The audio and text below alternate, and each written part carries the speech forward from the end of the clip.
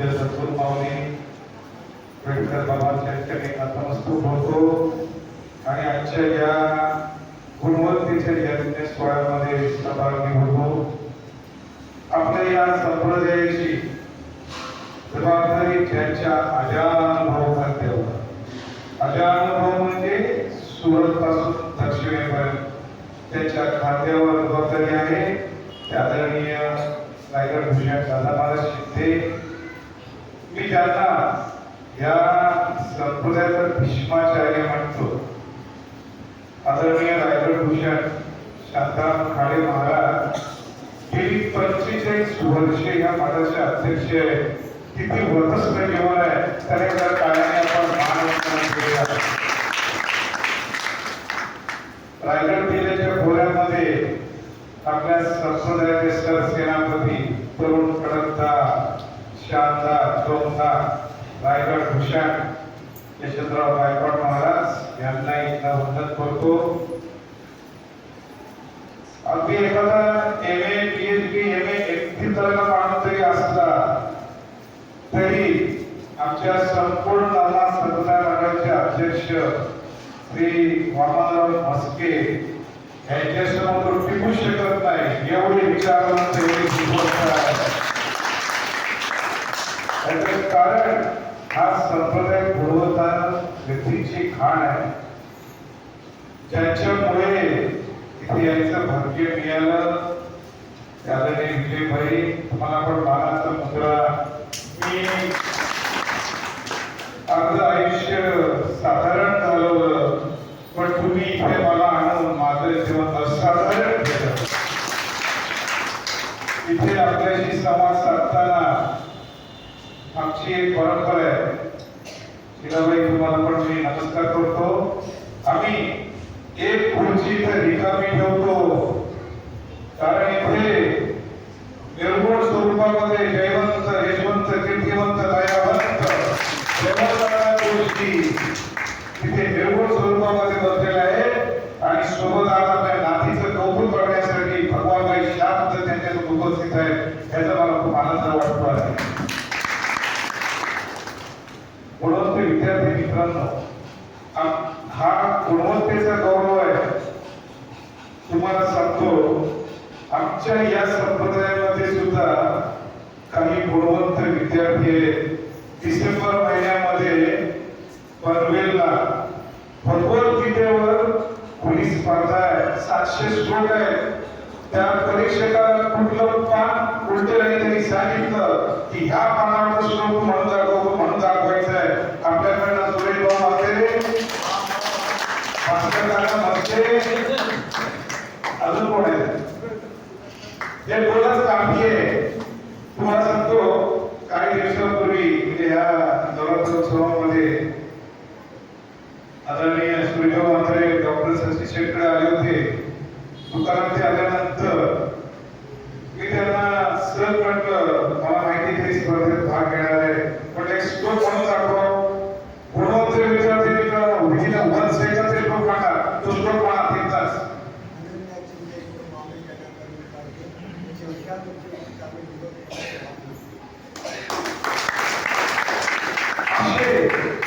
ते 700 श्लोक म्हणू शकतात. तुमचा तरुण विद्यार्थी काही 64 वर्षाचा तरुण विद्यार्थी आहे आपल्या संप्रदायामध्ये. त्यावेळी तुम्हाला मी आदराने हात मिळवला, माझं मन म्हणू लागलं तुमच्याविषयी. तुमच्याकडे बघितलं का तुमची शालीनता, विनम्रता, तुमच्याकडे बघितलं एक समाधान मिळतं. असं तुमचं व्यक्तिमत्व आहे. देह तुम्हास ऐसा लाभला, देह तुम्हास ऐसा लाभला, हात मिळवताच चंदनाचा सुवास मला भेटला. चंदनाचा सुवास. शिलाबाई, तुम्ही पण 4-8 दिवसापूर्वी सचिनबाईंकडे आला होता आणि आल्यानंतर बाहेर तुम्ही मला म्हणतात मी रिक्षा बोलवते. मी मला म्हटलं, आम्ही असताना तुम्हाला कधीच आणू देणार नाही मी रिक्षा. आम्ही असताना तुम्हाला कधीच आणू देणार नाही मी रिक्षा. आपल्या या नात्याची कधीच नका बघू परीक्षा.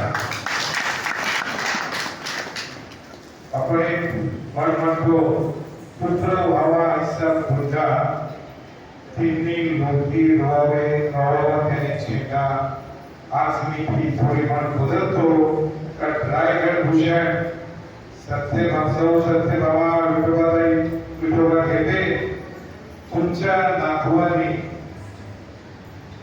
गगनात उडी मारली.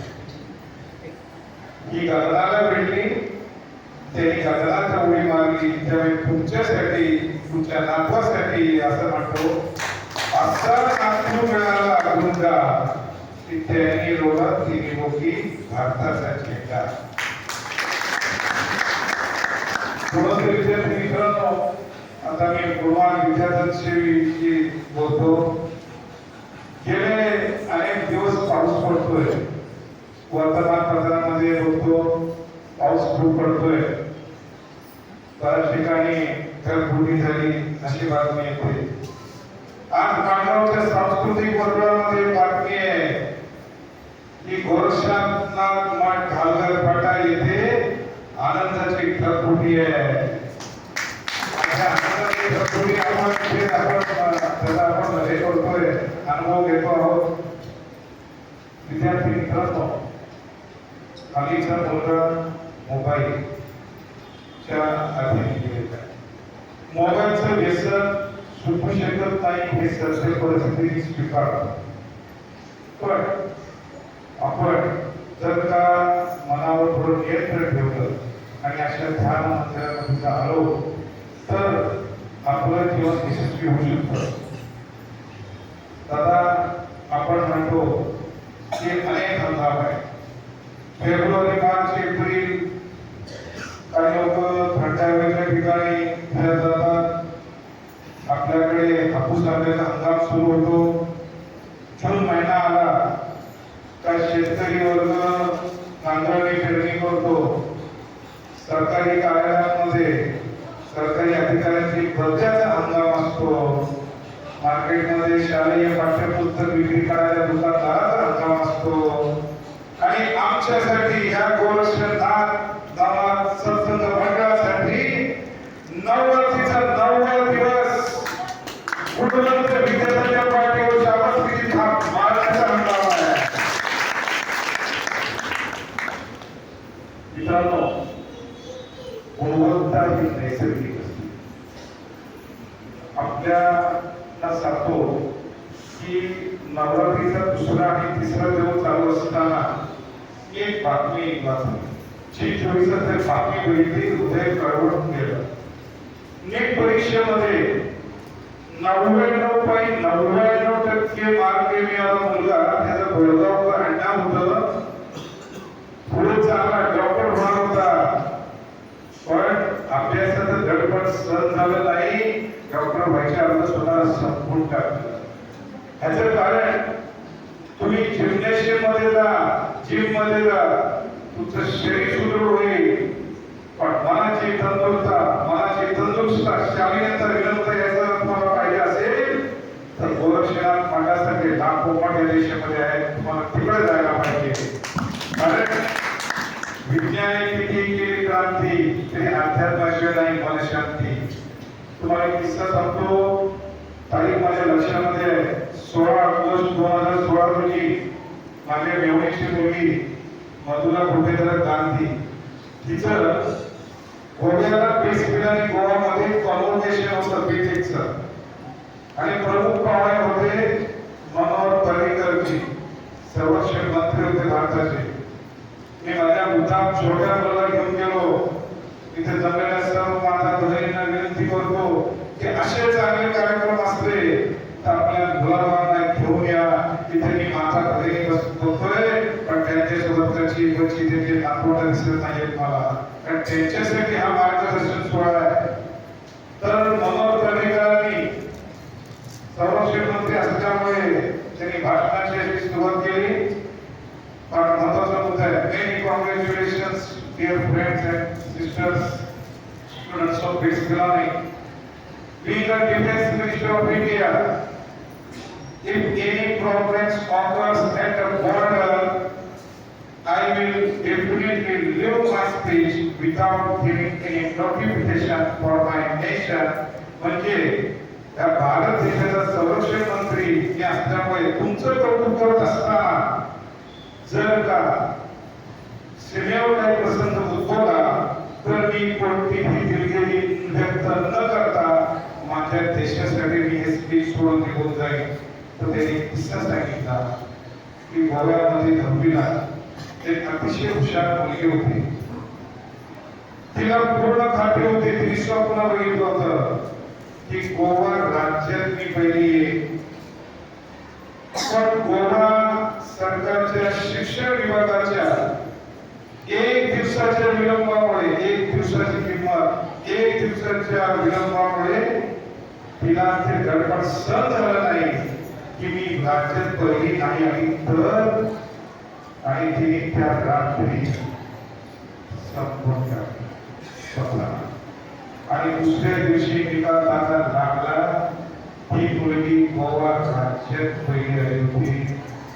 सर्व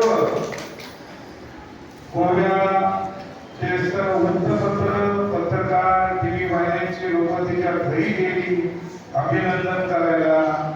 आणि तिचं ते कलेवर बघून भातुकलीच्या खेळामध्ये राणी अशी शांत दिसली होती. अख्खा मलाही त्रास होते, अख्खा गोवा ठसा ठसा रडत होता. आणि त्यावेळी मला अरुंधतीच्या दोन पंक्तीच्या मंगेशी पाडवा करण्यात गेलेल्या आहेत त्या आठवल्या. कारण स्वतः मनोहर पर्रिकरच्या डोळ्यात पण अश्रू येत होते. तर त्या पंक्ती अशा होत्या, भातुकलीच्या खेळामध्ये, भातुकलीच्या खेळामध्ये राजा भारतावरती जाऊ मोडला, भारतावरती जाऊ मोडला, अधुरी एकला. तर असं व्हायला नको असेल तर इथे यायला. मी काय म्हणतो, घाटावरचे दादा अनेक शेतकरी आत्महत्या करतात.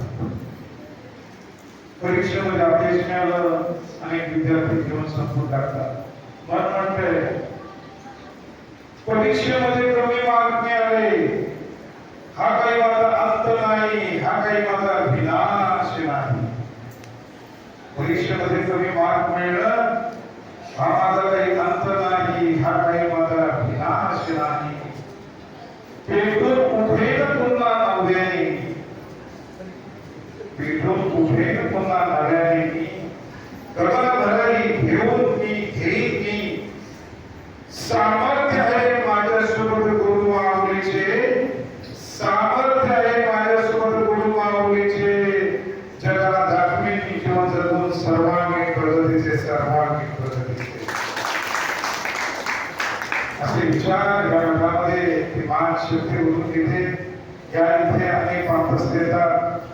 दादा मला असं प्रामाणिकपणे वाटतं की 1980 पासून तुम्ही इथे आहात. 1980 ते आज 2025 45 वर्षांमध्ये येथे आजपर्यंत जेवण बनलं नाही.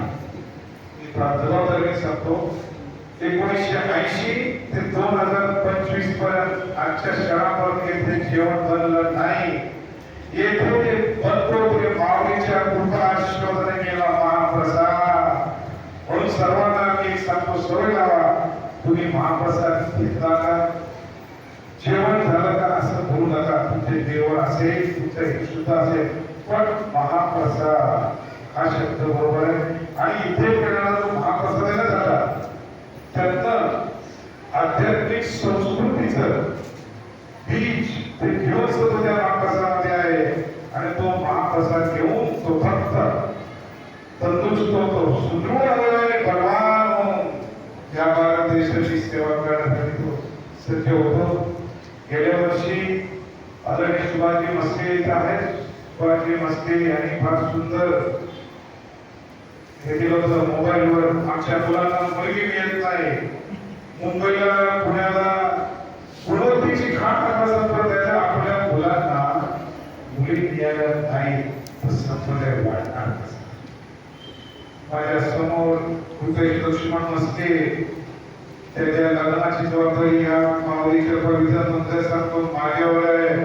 पण प्रत्येक मुलगी बघायला येते आणि म्हणते मुंबईला तू आहे काय, आई बाबा जवळ नाहीत ना. हे चित्र बदललं पाहिजे. सर्वच वाटणार कसं एक तुम्हाला सांगतो, 24 तासात मी एक मुलाखत बघितली होती.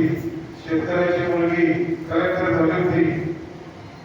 त्या मुलीजवळ लग्न करण्यासाठी अनेकांनी काळ्या घातल्या, राजकारणी, शैक्षणिक क्षेत्रातील सर्व. पण तिने सांगितलं की मला शेतकरी वर्गातल्या मुलाशीच लग्न करायचं. कारण जो शेतकरी मुलगा मुलाच्या पाठीवर प्रेमाने हात फिरवतो, त्या मोठ्या जनावर प्रेम करतो, तो माझ्यावर किती प्रेम करेल. म्हणजे मला नाही आपला नाही, त्याच्याकडे लक्ष द्यायला पाहिजे. मी सर्वांना माऊलीच्या आशीर्वादात घेऊन असं म्हणतो की या जन्माचं, या जगण्याचं सोनं व्हावं, तर असं जीवन जगावं. एक प्रतिज्ञा घेऊया आपण.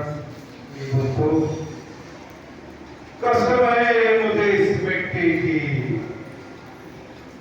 या जगण्याचं चांगलं व्हावं.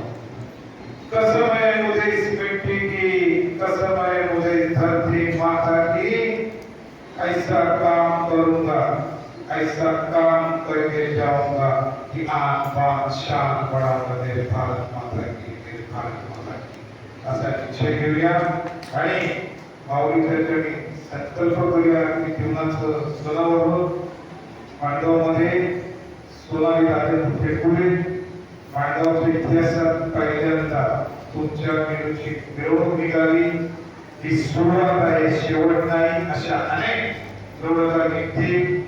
त्याच्यानंतर खेळामध्ये ऋषिकेश तुझी सुद्धा भव्य मिरवणूक निघाली. मला वाटतं असे दिवस आले तर हत्तीवर साखर वाटण्याचा दिवस काही फार लांब नाही. आणि या सणाचं वैभव असंच कायम राहावं, चांगलं जीवन सर्वांनी जगावं. त्यासाठी संकल्प सोडताना आपल्या ह्या सर्व विद्यार्थ्यांना विजयी भाऊचा आशीर्वाद आपण देऊया. मी विजयी भाऊ बोलत आपण त्यांचा विजयी भाऊ बोलून माझ्या वाड्याला पुढे जात येतो.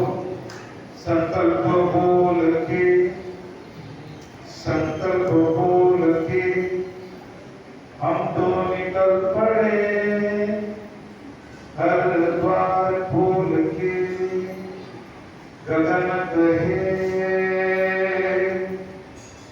गगन कहे विजयी भव,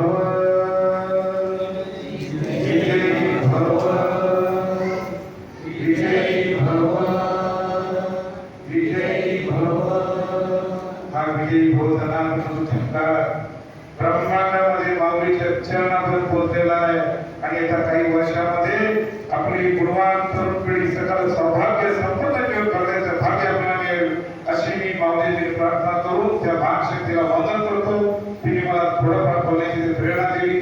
सर्वांना पुन्हा एकदा उद्याच्या दसऱ्याच्या शुभेच्छा. श्रीमंत चांगलं व्हावं अशा शुभेच्छा देऊन इथे थांबतो. जय हिंद, जय महाराष्ट्र, जय